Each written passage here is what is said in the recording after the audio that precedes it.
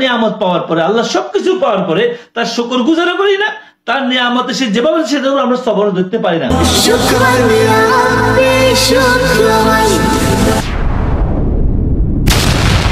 আল্লাহ ছাড়া কোনো মাবুদ নাই, লা ইলাহা ইল্লাল্লাহ।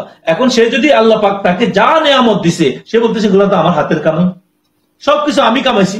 একটা লোক যখন বলে এগুলো আমার, তখন সে শুকর করার কোনো দরকার নাই। আর সে যখন জানে যে এটা আমার না, আমার কেউ দিছে, কেউ কাউকে 10টা টাকা গিফট দিছে, একটা কোনো কিছু দিছে, একটা উত্তম জিনিস দিছে, তখন সে বলে শুকর। কেউ কাউকে চাকরি দিল, কেউ কাউকে একটা কোনো কিছু দিল, তখন সে কি করে? এই শুকরিয়া করে, তাই না? এখন এই লোকটা যা কিছু দুনিয়াতে তার আছে, সে মনে করে সবকিছু কি তার। এখন যখন সে মনে করে এগুলো সবকিছু তার, তখন সে কি করে? শুকর করার দরকার মনে করে না।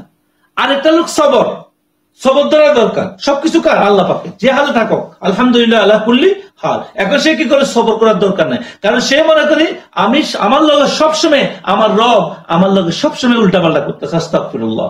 সে কোনো জায়গায় অ্যাপ্লাই করলো, সে কোনো কাজের লাগে বললো, সে কোনো অফিসে গেল তার কাজ হয় নাই, সে কোনো জায়গায় একটা ব্যবসা করতে গেলে ব্যবসা হয় নাই, সে কোনো জায়গায় চাকরি গেলে চাকরি হয় নাই, তার ছেলে মেয়ে তার মতো হয় নাই, তার বউ তার মতো হয় নাই, তার কাজ তার মতো হয় নাই, সবকিছু সবসময় অভিযোগের মধ্যে আছে।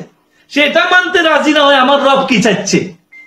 সে যদি মানতে রাজি থাকতো আমার কোনো জায়গায় ভুল আছে কিনা আমাকে দেখি, আর আমার রব যদি এভাবে না চায়, আমি অ্যাপ্লাই করছি, আমি কোনো কাজ চাইছি, আমি কোনো ইয়া করছি, সেটা আমার হচ্ছে না কেন, সেজন্য আমি সবর ধরি। সেটা আমি কি করি? কারণ সব তো মালিক কোন? রব আল্লাহ। কিন্তু সে এটা মানতে রাজি নয়।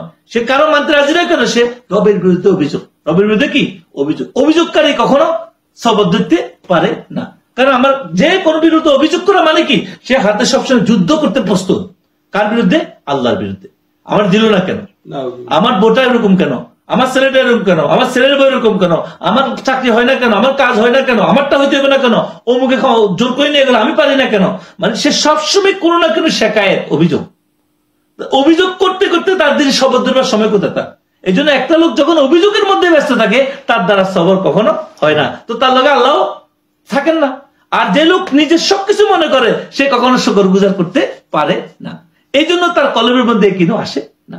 এই জন্য তিনি আরেকটা আনছে, সেখানে মুক্তবাদের মধ্যে বলতেছেন আল্লাহ রাব্বুল আলামিন কারোর উপর জুলুম করে না।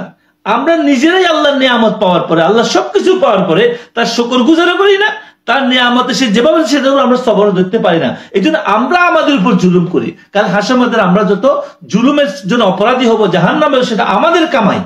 এখানে আল্লাহ পাক কারোর উপর জুলুম করে না। এখন আমরা যতই যে অভিযোগ, আমরা কিছু হলে তো আল্লাহর বিরুদ্ধে অভিযোগ করি, কিছু হইলে রবের বিরুদ্ধে অভিযোগ করি, কিছু হইলে আমাদের বেন কেন, আমার বাচ্চাদের এটা কেন, সবকিছু অমুকেরই দিছে আমাকে দেয় না কেন, অমুক এটা সুন্দর আমারটা অসুন্দর কেন, অমুক এটা, আমরা সবসময় এগুলোর মধ্যে থাকি, তাই না? এই জন্য আল্লাহ পাক এই মুক্তবাদের মধ্যে তিনি বলছেন সেটা হলো আল্লাহ পাক আমাদেরকে মাফ করুক, আল্লাহ পাক আমাদের কে করুক, যে আমরা সর্ব অবস্থায় চেষ্টা করব শুকর গুজার বান্দা হইতে পারলে, আবার তাসদিকের পরে আমাদের মধ্যে কিনো আসবে, আর সবর ধরতে পারলে। এখন এত সহজ জিনিস নয়। আমরা প্রতিটা মানুষ আজকে পড়ে আসি, প্রতিটা মুহূর্তে আমরা পড়ে আসি, আমরা রবের বিরুদ্ধে সবসময় অভিযোগ করতেছি। প্রতিটা আমরা প্রতি যতই ভালো কাজ করি না কেন, যদি আমরা আল্লাহর ইচ্ছাকে, সিদ্ধান্তকে মানে নিতে না পারি, এই জন্য বলছে আগে তুমি কলমার লা ইলাহা, লা দ্বারা, জারুর দ্বারা তোমার ভিতরে যত ইলা আছে, যেগুলো নালিশ করে সবসময়, যেগুলো সবসময় অভিযোগ করে, যেগুলো সবসময় শুকর গুজার করতে প্রস্তুত ন, এগুলো সবকে জারু দিয়া বাইর করো। লা ইলাহা, এগুলো এক একটা ইলা, তার সাধ্য আছে। আমার রব যিনি আমাকে শক্তি দিছে, জন্ম দিছে, সবকিছুতে মালিক, আমাকে সব বানিয়েছে, তার বিরুদ্ধে অভিযোগ করে সবসময়। তার মানে কি? তোমার ভিতরে ইলা আছে, এই ইলাগুলা নিকালে তারপর একমাত্র আল্লাহকে মানেন, তাইলে আমাইয়া তাওয়াক্কাল আলাল্লাহ ফাহুয়া হাসবু, তখন আল্লাহ পাকের উপর একমাত্র ভরসা করো, তিনি তোমার কাফি হবে, তিনি উকিল। রব্বুল মাশরিক ওয়াল মাগরিব লা ইলাহা ইল্লা হুয়া ফাত্তাখিযু ওয়াকিলা। পশ্চিম পূর্ব যা কিছু আছে সব জায়গায় একমাত্র উকিল কোন? আল্লাহ। এখন কখন আসবে কথা? যখন আমি তাকে রব হিসেবে গ্রহণ করবো, শুকরগুজার হিসেবে করবো। আল্লাহ রাব্বুল আলামিন আমাদেরকে, আল্লাহ রাব্বুল আলামিন শুকরগুজার বান্দা হওয়ার জন্য